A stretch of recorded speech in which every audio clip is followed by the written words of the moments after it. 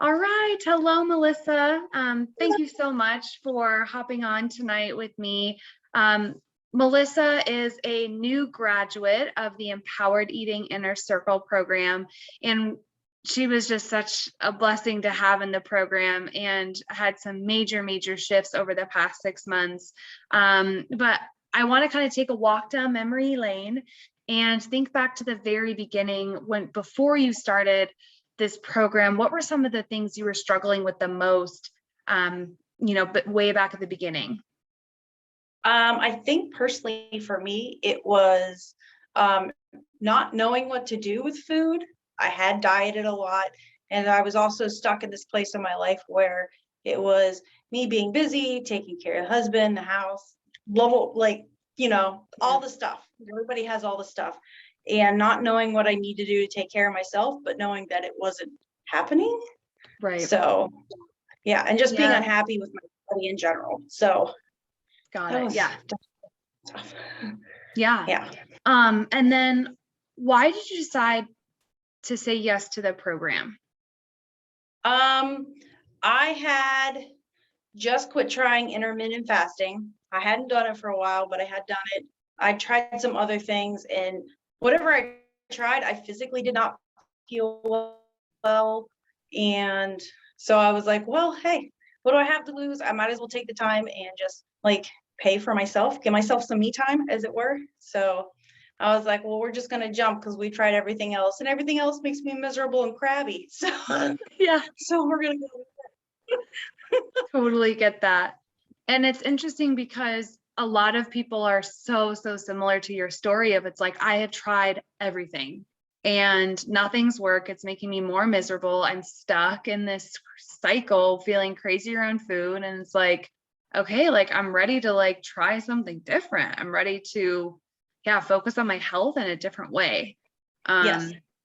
So as you were kind of going through our program, what were some of your biggest aha moments, or just kind of overall themes that you're like, okay, yeah, that was so huge for me?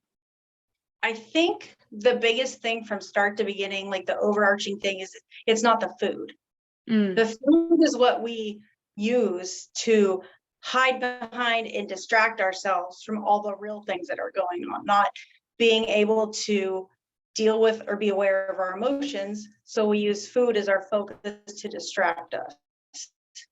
And so that by learning that and being able to move away from it and realizing the program teaches you how powerful you are, how much freedom you have, and kind of how to just sit with yourself, that it opens you up to a whole new world you didn't realize. And then the food is not the main focus anymore. It's you, which is more important.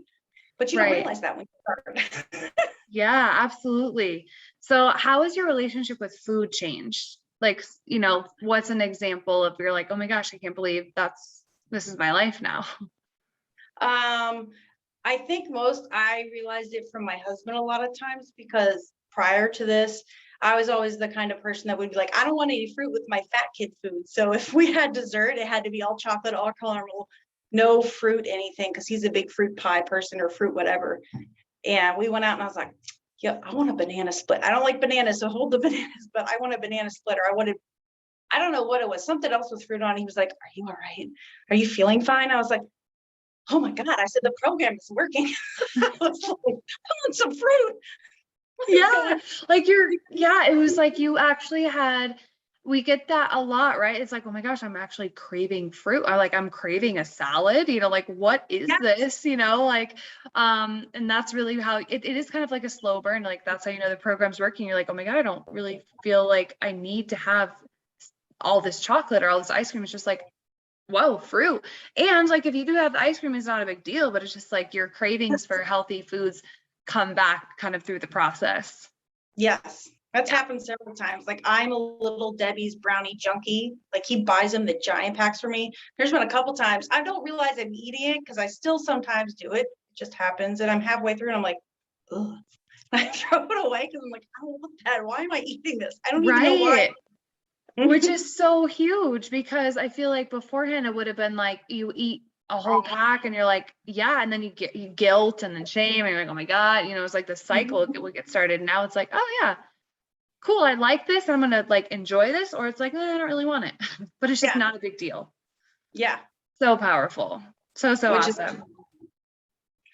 Jinx. So would you recommend, you know, if someone's like on the fence about the program, you know, and they're like, I don't know, is this for me? What would you recommend to them? Or, you know, what would you say to them?